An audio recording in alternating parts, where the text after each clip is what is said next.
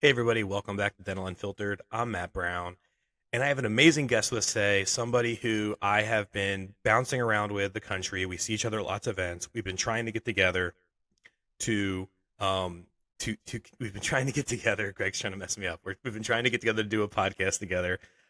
Greg Essenmacher, and he's super good dude. He's at all the events. He's a big brain in dentistry.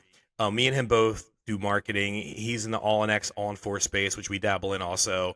And we always talk about some really important subjects that I think no one's willing to talk about. And today we want to talk about something really important: common problems with marketers. I mean, we both compete in this space and we both get these clients who have had bad customer service and bad marketers, and they feel kind of like beaten women who have been battered, and they're like so scared of us.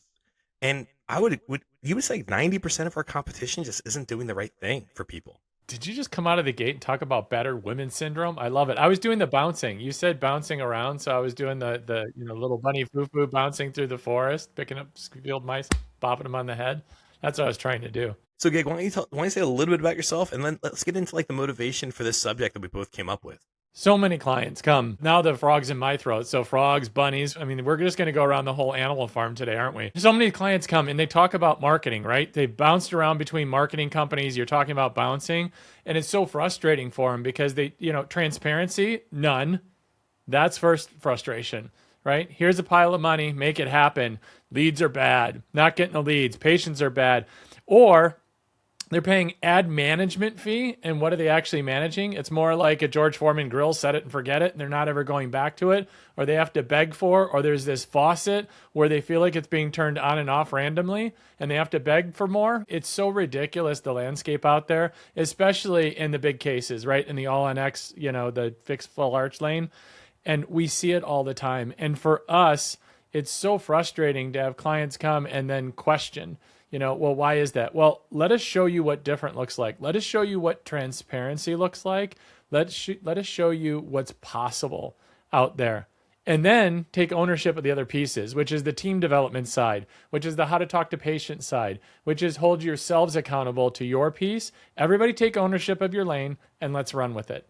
That's really what I'm seeing out there and what I see every single day, which you do too. I'm sure you do with Energize all the time. All the time. I think you hit on something that I think is really important. I think people's money isn't respected.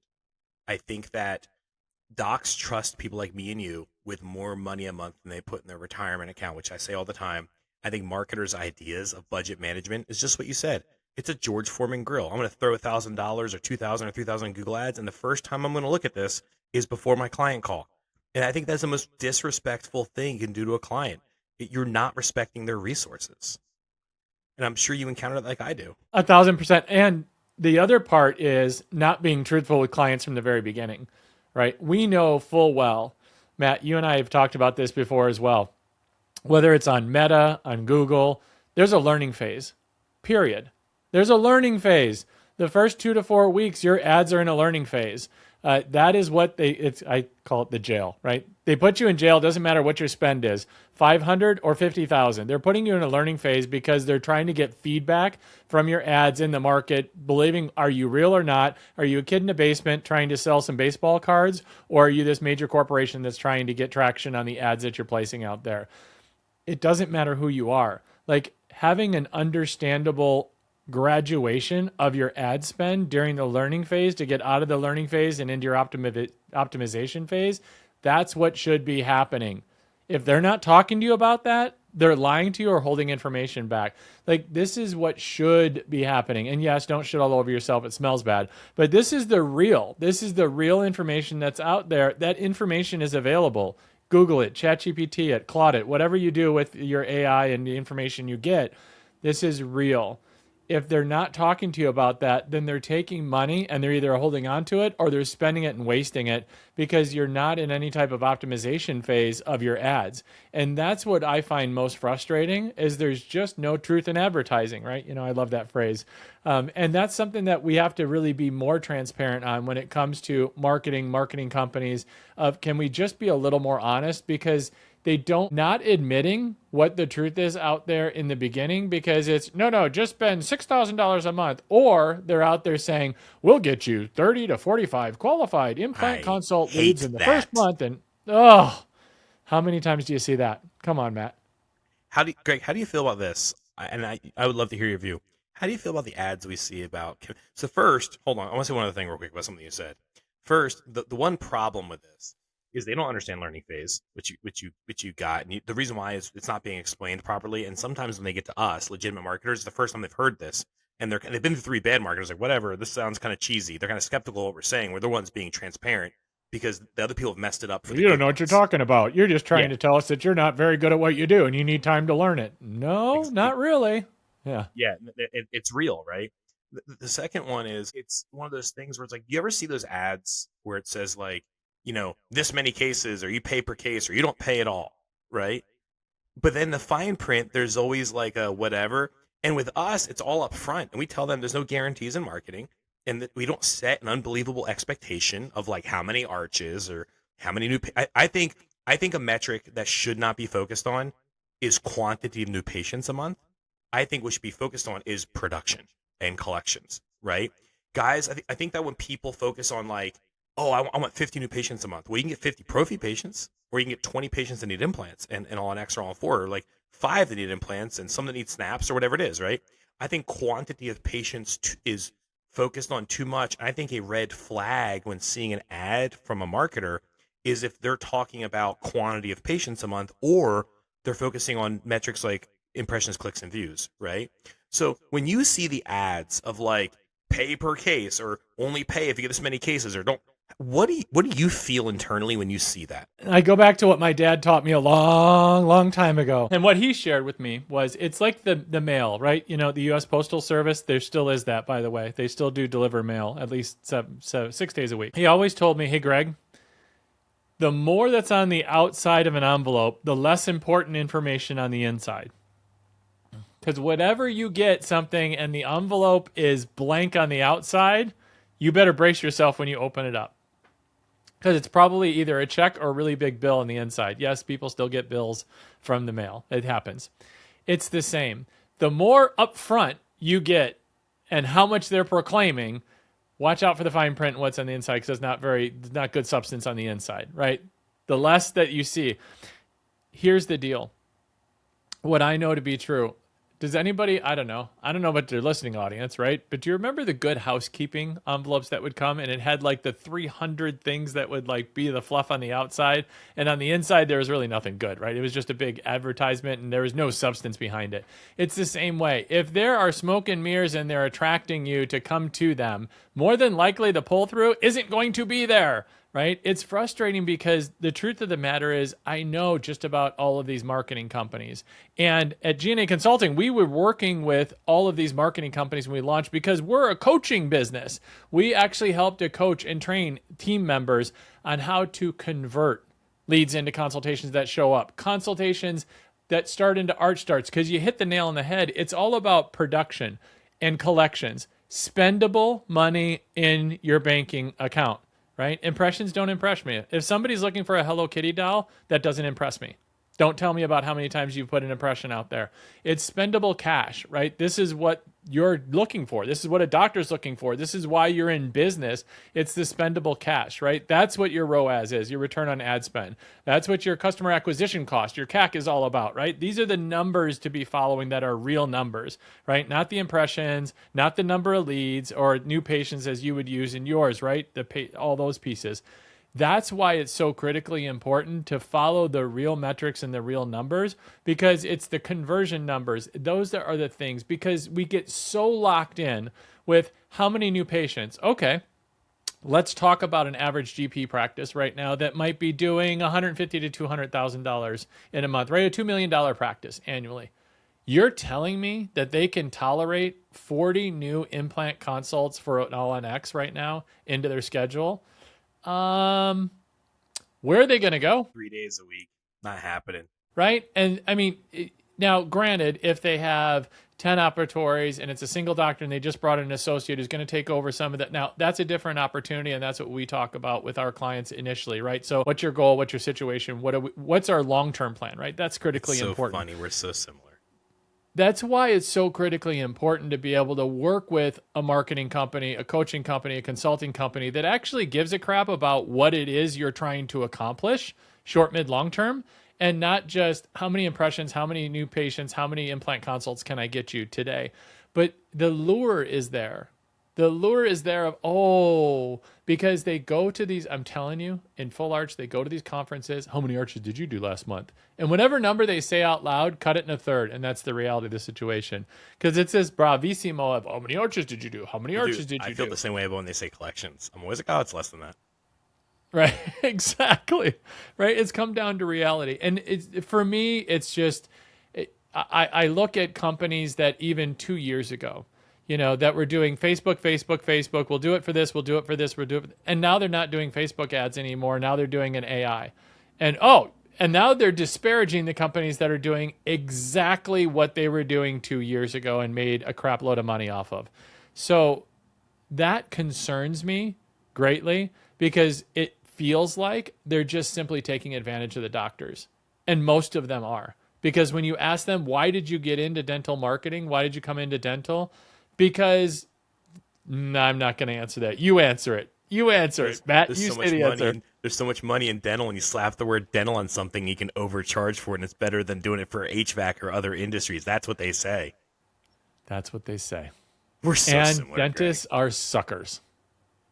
Yeah, That's what they kind that's of what he said to me, and I nearly fell on the these floor, and I these thought are that's so dirty people. disparaging.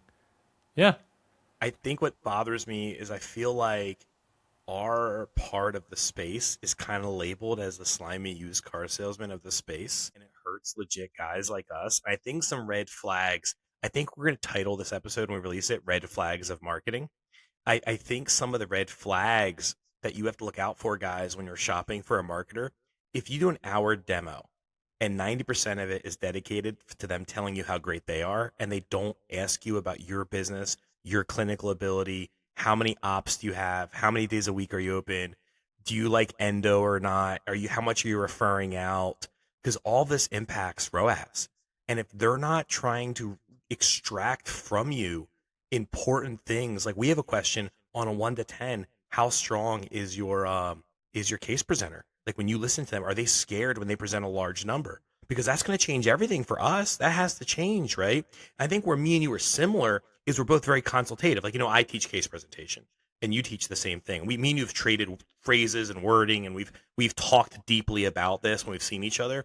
And I think it's a red flag if you're shopping and they're not trying to learn what the human terrain in your practice is like, because these people are going to break your practice. And do they care about breaking your practice? and you have those out there that are just focused very clinically, right? If they're putting ads out there and they're showing you the mechanics, they're showing you the equipment, they're showing you dental implants and teeth, in full arch, that's not what's driving patients forward. It's the emotional connection that is, right? That's a telltale sign.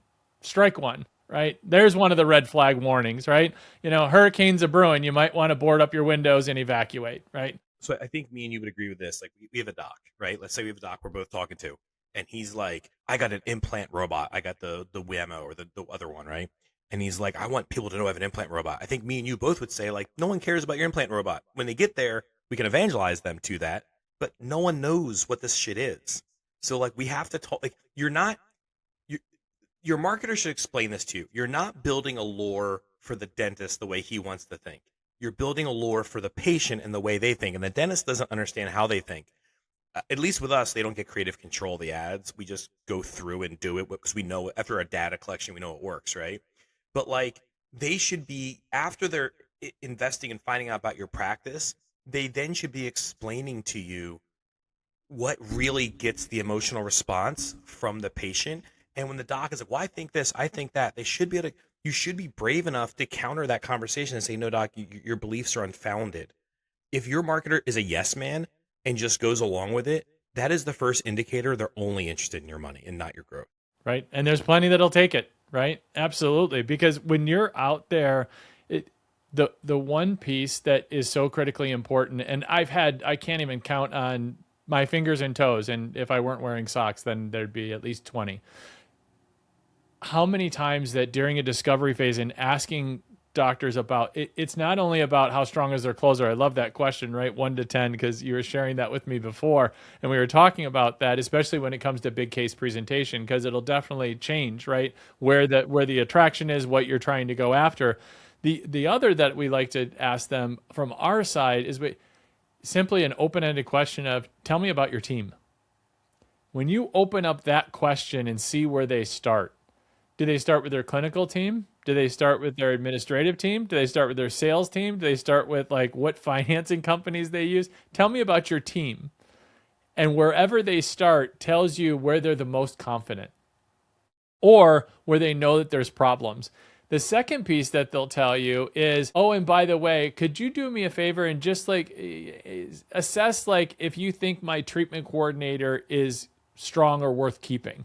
If they're saying a phrase like that, by the way, all the doctors that are listening out there, if you ever ask a marketing or coaching company that question, man up, woman up, and no, you need to get rid of that person. Basically, That what you're weakness, saying is, bro. I need to replace that person. I And I don't want know you to what to do next. I want you to Simply make confirm my that belief. statement. That's what they're asking. Yes. Can you be the other person telling me that they suck? Because I Yes. believe that. Use If you your believe words. that, Just simply say, I have strong doubts. Now, on the other side of that same coin, we have had many clients, though, who have said the exact same thing. And we've started working with those exact individuals and found out, oh, it has nothing to do with those team members. It has to do with your consultative process. It's terrible. You need to change it right away. And we've coached them along in that. I mean, we don't say that. Kind of. We just tell them like there's a better way. Best practices across the country, working with hundreds of clients. Here's a better way forward, and we nudge them in the direction they need to get to. And that's the other thing to look at. Where did they pick up? And you talked about it, right? Clinically, how clinically competent are they in certain areas? For us, we like to look at the flow, right? The flow of the practice, the flow of the consultation, because wherever they picked up their habits, we'll say, I won't necessarily term them bad habits, wherever they picked up their habits and their consult flow, it's wherever they learned it. Like they learned it from where they got educated. They learned it from a friend down the street. They read it online. as an Somewhere associate, they picked it up, right? Somewhere they picked it up from somewhere. And so often, if it's not working well, they'll believe that it has to do with the team member. That's where a system and process comes in place. A process comes in place, and you talk a lot about this in case presentation. Using formulas, if you formula it out, there is a step-by-step process. And the bigger the dollar amount on your high-ticket item, as it goes up, the greater the need to have a formula, not a script. You don't want to sound like a 54-year-old white male from Detroit. That's me, by the way, right? But you want to sound natural, but there's a flow. There's a formula to go through to be able to have the confidence so that in the moment, anybody who's presenting a treatment, anybody who's going through a financial conversation can adapt and adopt, but still stick to a fairly simple, straightforward formula. And that's what we teach because it's so critically important to be able to have not only the ability to use a formula, but also then to go back and say, oh, that patient didn't have any money. That's not an answer, right? There needs to be more information so you can share that with the marketing company. So there's a 360 communication so that the marketing company can start to tweak things like, how was that, what's that patient look like that are coming in? What do you want more or less of? Types of patients are you seeing? And that communication piece, and that, Matt, is where I think there's a big miss as well. Because I don't think all marketing companies are bad. I don't even think that 90% of the marketing companies out there are necessarily poor. I think the communication between the marketing companies and the doctors is poor with 90% of those companies. I think there's salvageable, about a third of that 90% are salvageable if they just communicate better and learn what questions to ask to extrapolate out the information from the team members that are working those leads or that are trying to close those cases. I think that's where the biggest gap is, and that's where we focus so heavily on who's handling the leads, right? The lead call to the treatment coordinator, setting up the patients and making sure that communication's happening. So two things. I want to make a comment and ask you a question. First, I think formula equals consistency, right? Like as you say, as the dollar value goes up and the complexity of treatment goes up, the need of consistency in handling that patient in the way we're reading it and the way we're formulating it and the way we're approaching the problem like I said, not necessarily scripted, the understanding of the information the patient's giving us, how we process it and bring it back to them to solve their problem is consistency. And the formula equals consistency. I want to ask you a question of an opinion about something. So sometimes I ask a doc, tell me about your practice. And I have a belief about this, and I would love for you to, you've been in dental way longer than me, so I'd love to know your view on this. And they'll answer with something like this: "Oh, my practice, oh man, I got a laser, I got a CBCT, I mill my own arches." They start talking to you about the technology. My definition of a practice is a compassionate team of people providing care to others. When a doc starts going that direction, I believe they're very clinically focused and not human focused, and I believe that there's some kind of there's some kind of missed love or appreciation of their team, and they're focused too much on fixtures and things and not the human terrain. But if you asked a doc, tell me about your practice, and he went down the path of he went down the path of like it's technology and fixtures and design of my practice, what does that say for you? That they're looking for external validation of their clinical competency. Oh, okay. Explain that. It's a different view than me. Okay, Yeah. I was So dismissing their human my part. psychology background tells me that that particular doctor is trying to prove to you, I'm clinically competent. I'm a really good doctor. You should work hard for me to bring me the right patients because I'm Clinically going to insecure. make you look really, really good. And so it's that constant seeking of perfection, right? Because I think just about every doctor that we work with, I mean, I could be wrong, not all, but I think most, especially in my lane in full arch, that there's this desire for excellence that's almost impossible to achieve when you're trying to put in implants that are just, spot on, prosthesis, passive fit, the whole thing. It's almost impossible to be perfect in any particular surgery. There's always something that they could look at, off angle by a degree or two, right? Newton centimeters could have been 5 stronger in one particular implant. Like, all of the things that they could have done just a little better if they are a perfectionist, which most of them are, especially in the lane that I'm in, with all the equipment of I have everything necessary to be clinically superior to others because it's so competitive. I mean, it's nearly $1 billion a year industry in fixed full arch alone in the United States and growing by about a 6% CAGR. When you look at that, that is people trying to stay competitive and wanting you to believe as an outsider, as a marketer, as a coach and consultant, I'm really, really good at what I do. Get my team up, get the leads up, get the patients in here, and we'll be able to provide for them just an excellence of service and a high quality product. That's what I hear. So they're clinically insecure. Hmm. Do you think there's docs that put their whole value of a dentist on clinical ability and they miss out completely on the human terrain, which is the thing that matters when the patient hits the chair from marketing? I think there's most that do. I think there's a few that actually get that, right? And I know a few of them that Yeah, really I have a lot. value I their have a good amount team. that do. Yeah. And you can spot them from a mile away because most of them don't need my services on the coaching and consulting side, right? They end up being friends of mine and I know of them and I lean on them and we share Yeah, we best learn from them. practices mostly. Yeah, Yeah, I for learn from for them. sure. Yeah. Right? We A learn hundred from them percent. because they have more Mm-hmm. op time than me and you do. Right. Right? And a lot of them too, it's you can see from the culture and you can just see, touch, taste, feel. Just as soon as you walk into their clinic, you know right away because they're all medical clinics of the mouth, by the way. That's what I Yeah. believe. You know, Yeah, people, I have like I think there's two genres of docs, and this really affects how you handle your marketing. Is one genre is like everything is clinical ability, and for those it's going to really upset some people. Hey doc, your fucking clinical ability is irrelevant. What matters is your chairside manner, and you've done all this clinical stuff. You have all these diplomas. You've done all these residencies and these implant courses, and you're COIS trained and spear trained. But like that, the patient honestly doesn't care. And there's another doc who doesn't do all those courses at all, and he high fives his patients and tells jokes and smiles at them. And that guy's placing implants all day long, and he's done like a tenth of the courses you have, right?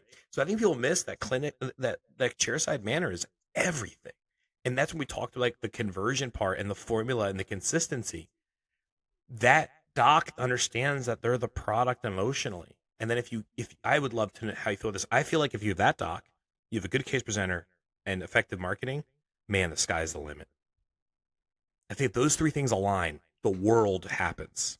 Yeah, 100%. And one of the things that I know to be true as well is those that have that ability to connect. I'll take it one step further with a lot of the emerging groups that we work with now, and some of the smaller DSOs. The level of frustration of those that take on a bigger role, they'll be really good when they were in their own clinic and they're working in their own clinic at case presentation. Their treatment acceptance is really high. Even their case acceptance is even higher, right? So the delta between the two, right? Treatment acceptance is that they accept the treatment as it's presented.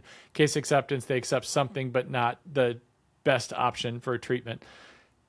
Then they have the situation where an associate comes into their practice and isn't converting at the same level, or they transition out into another role into the group, and those in the group just aren't adopting what they've done, and they get frustrated because they can't replicate what their ability to be able to convert was. And they think it's, oh, it was something special about the way that I presented, because they haven't adapted or learned the ability to be able to take what they do and structure it into a formula, right? They can't identify the elements of it. And that's where they run into the frustration. So more and more, we're finding that, sure, like we have a trademark formula at G&A Consulting for what we do, but we can also modify and adapt of when we see with groups that we're working with and customize to them within our framework and say, here's our framework. Here's what you do really well. Here's what XYZ dental group. And here's how we can overlay it on top of our formula, and it becomes custom to them and it sounds like them. And so it is very unique for them. And that's where we are able to remove a lot of that friction that they seem to be having, especially if they've come out of clinic now and they're into this, I don't want to say administrative role, but it is. And they're trying to move the needle on case presentation. They're trying to move the needle when it comes to training and education when they're so used to being the doers. And now they're more of an influencer when it comes to same store sales and same store growth, and that they're in a different role in an organization. That's fun to watch when you can see that light bulb really go off, in learning from them, watching them, and then being able to segment what they're doing into a framework and applying our framework to it and being able to customize. We've done that with a couple of groups now just in the last year. And it's so fun to watch and do, because for me, that's everything, because it's really unlocking things for them. It's what's in them all along. They just can't identify it. And that's what's fun to do. And then you can market it. You're extracting their potential. Yes, 100%. You are, like, in potential they haven't seen before. And I mean, me and you, I think we have a very similar process, and it's very consultative. And I think they appreciate it and they feel like we invested in them. And when we extract that, there's a level of gratitude that happens, which I think for guys like me and you is way more fulfilling than the money is. I think that's what changes us than everyone else, right? So I have a question for you, because we have about 7 minutes left that we can record, and me and you spent a lot of time hanging out in the beginning, and that was our fault, but we don't get to see each other a lot. If there was 3 questions that a doc should ask a marketer to bring out red flags, what would be 3 that you believe in? Or one, or maybe there's only 1 or 2 for you. But like, what are some questions, like if a doc's shopping for a marketer, what are the questions to find the red flags so they can hunt for them? I have a couple, but I'd love to hear yours. Can I have direct access to the Google Analytics? Yes. Okay. It's one of mine. Can I do the direct spend on the platforms and you manage it? That's another one.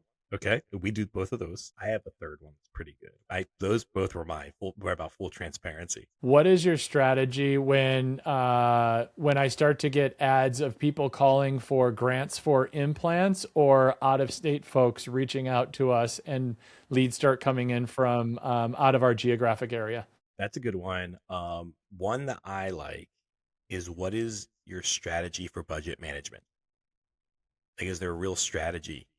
Right? Because we said the set it and forget it thing earlier, right? And if it's about investment, right, where does all investments start? With budget management, right?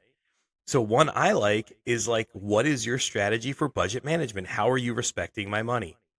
And what I find is that there isn't an answer, right? And that goes along with full transparency, because I think the reason why there isn't full transparency is because there isn't a strategy for budget management, and they don't want you to see it, right? And I think, like, because it's funny, the two you said was, one, you should be direct paying with your credit card, not theirs, and that's a policy where we work too. Two, you should have full transparency, and we've talked before on our platform, they can have access to the ads account. That's true, but we also have a central platform where everything's pulled in, so they don't have to log into different stuff. They just see it, right? And I think you need full transparency, Doc. If you're listening, you are trusting these people with more money than you put in your retirement account a month. You should get full transparency. They should handle your money like it's an investment, and they have fiduciary responsibility to respect it, right? Yeah, and just to double click on that, I love asking the question about can I get access to the Google Analytics, because every marketing company has some type of dashboard of metrics that they'll share with you. The question is it what they can get directly from Google Analytics? And what you can get from Google Analytics is much more robust than 95% of marketing companies of what they're willing to share with you. So that's why I like asking that question for when you said, what should they be asking other marketing companies? Because that will stop them dead in their tracks, and they'll be like, well, you know, we have a great dashboard. And it's like, yeah, absolutely. So the answer should be, yes, you can. But like you answered and said, but to make it easy of use, so you don't have to log into 4 different spots. We pull all that information in, but at any time you can take a look. No problem. Yeah, I think we only have 4 minutes left together. I think there's two failures, and we're going to intro out. I think one failure that I think you'd agree with, docs don't make the time to go to the meetings. And then docs have this full transparency and they don't take advantage of it. And I think some advice we both would give the doc is, you're trusting these people a lot of money a month. Make time for the meeting. You go in and double check them and log in this stuff and see what they're saying in the meeting is valid. You can't validate it if you're not in the meeting. And also, where the meeting is really important for us is we need your feedback. So no showing our meetings perpetually and then calling us 4 months from now and saying this isn't working. We didn't okay, where were you the last 4 meetings? And also, I would love to know your take on this. I don't want to meet Billy with the man. Joel. We didn't start the fire running in my head when you said that. I don't know. I love Billy Joel. My favorite song is Down Easter Alexa, because I'm a water guy, and I love boating.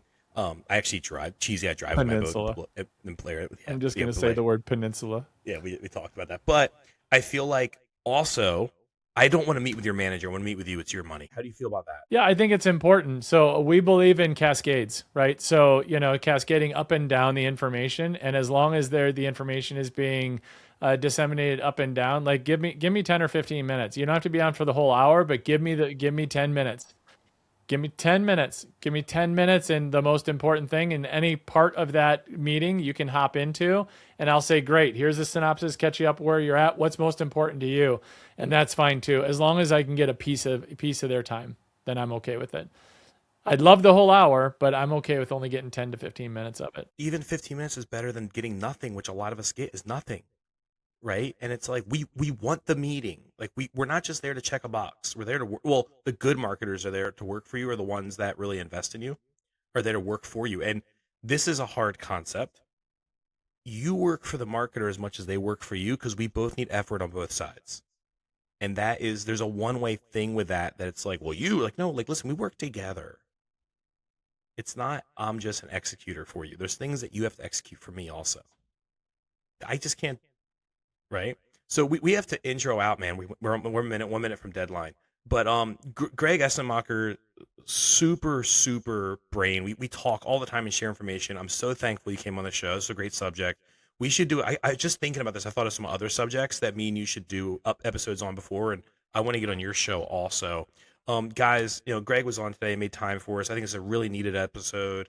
Thank you so much, Greg. Do you have anything you want to say before we sign off? I think I need a better throat lozenge. Holland, Arizona, this time of year. Yeah, North Carolina is not any better, bro. So, hey, guys, thank you so much for listening. This show has no sponsors. No one pays to play to get on the show. It's a pure show. Please like, subscribe. Please leave a review. All the hosts on the show do read the reviews. Share it. This is done for you for free because we care about you as a community and we want to invest in it. Thank you guys so much for joining us. Have a great day.